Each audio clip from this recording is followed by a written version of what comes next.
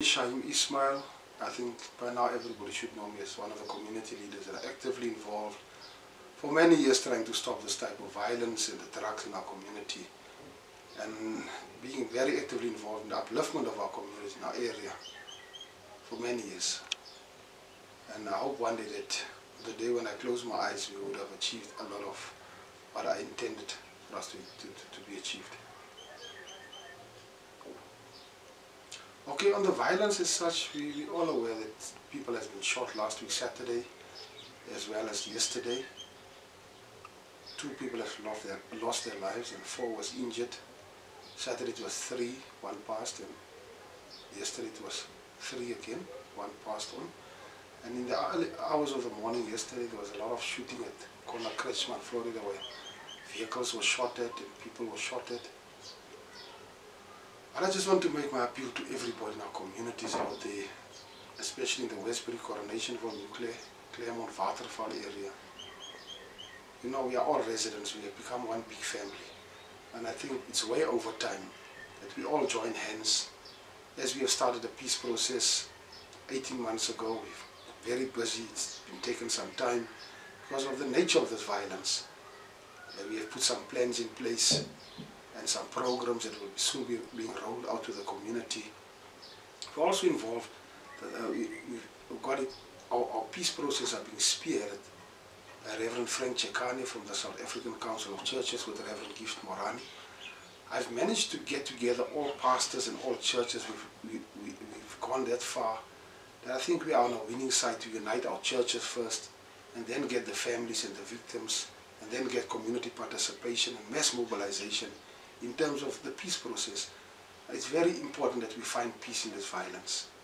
As I've mentioned in many of my interviews and in many of these incidents, that I do not like to name people and shame people, because the very same people that are so being suspected to be involved in this violence are people from our community, that they all need to come back when they go to prison. Those that have lost loved ones are living with us. Those that are injured are still around with us. So they are all people from our community. And we should never ever name and shame other people. At the end of the day, we need to live together and accept them and reintegrate them back to society, even when they come out of prisons. So I can just say that, you know, as we were busy with the peace, and when the violence starts erupting like this, what happened since Saturday and yesterday, it breaks our hearts. And it might seem that our efforts are in vain, but I can guarantee everybody that our efforts are not in vain in our communities, and that definitely we are going to win this war against this violence. It will stop. We also need everybody to pray, make dua, pray, go to your churches, get information from your pastors in regards to the peace process, because by now all pastors in all churches are on board. I hope that they'll all be on board, because at the last meeting we had 51 churches from our community, even the Muslim fraternal was there. So hopefully during the course of the next 3 months, a lot of progress would have been made in terms of the peace.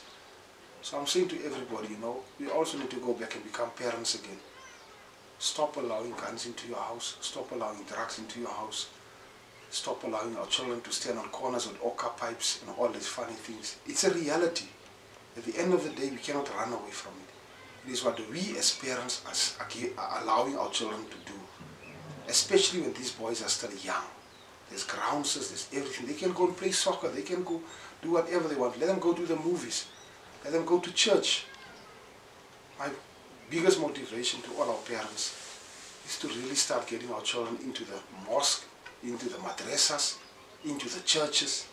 Let us show them the right way, as many of us were brought up. And for that we only had a few gangsters in the past.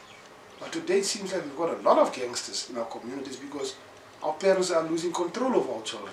And it's a reality. We can blame the government as much as we want to. We can blame the police. But we should also blame ourselves and take responsibility for our children. Take responsibility for our actions as parents. Stop harboring any criminality activities within our homes. And if we see something wrong, whether you undermine the police, whether you believe in the police or not, just go and report it to the police so that we can have a trace that something was reported that went wrong. But if it's not being reported, there's no trace of anything. The allegations that was made about the police, we tried on many occasions to rectify the allegations and to get people to come forward, and people are not coming forward on all the allegations against police as corrupt police.